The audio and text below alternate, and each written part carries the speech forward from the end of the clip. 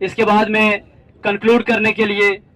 راولپنڈی اسلام آباد action committee کے رہنما محترم ساجد کاشر ایڈوکیٹ صاحب سے گزارش کروں گا کہ وہ آئیں اور آج کے اس پروگرام کو کنکلوڈ کریں اور احمد فرحات صاحب کے حوالے سے اپنے خیالات کا اظہار کریں. جناب ساجد کاشر صاحب. دوستو، ہم یہ سمجھتے ہیں کہ آج اس لیے احمد فرحات کو اٹھا لیا گیا کہ آج جو شورا ایک مزاحمتی کردار ادا کرتے ہوئے نہ صرف اس خطے کے اندر ایک ثقافتی جو پسماندگی ہے اسے وہ جوڑ رہے ہیں، بلکہ آج وہ انقلاب کی نوید بنتے جا رہے ہیں. آج مقبول عوام سمجھداری کے ساتھ ان کو فالو کر رہی ہے، ان کی پیروی کر رہی ہے، اور ہم یہ سمجھتے ہیں کہ جب کبھی مقبول عوام نے حکمرانوں کی چلاکیاں، ان کا فریب، ان کے ہتھ کنڈے سمجھنے کی کوشش کی تو حکمرانوں نے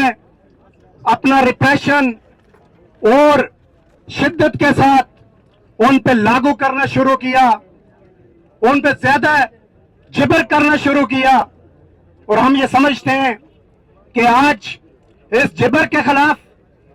جہاں سے بلوچستان سے آوازیں اٹھی،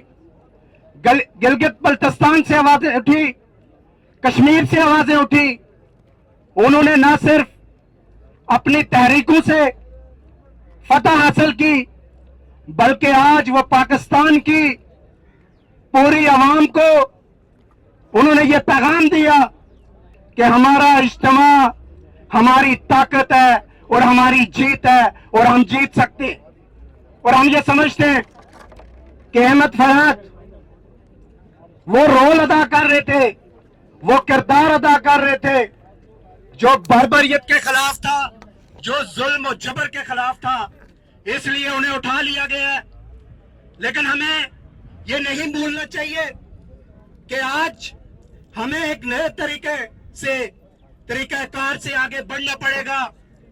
وہ طریقہ کار ایک جمہوری طریقہ کار ہے. وہ طریقہ کار یہ ہے کہ ہم نے اپنے گھروں سے لے کر اپنی گلیوں، اپنے محلوں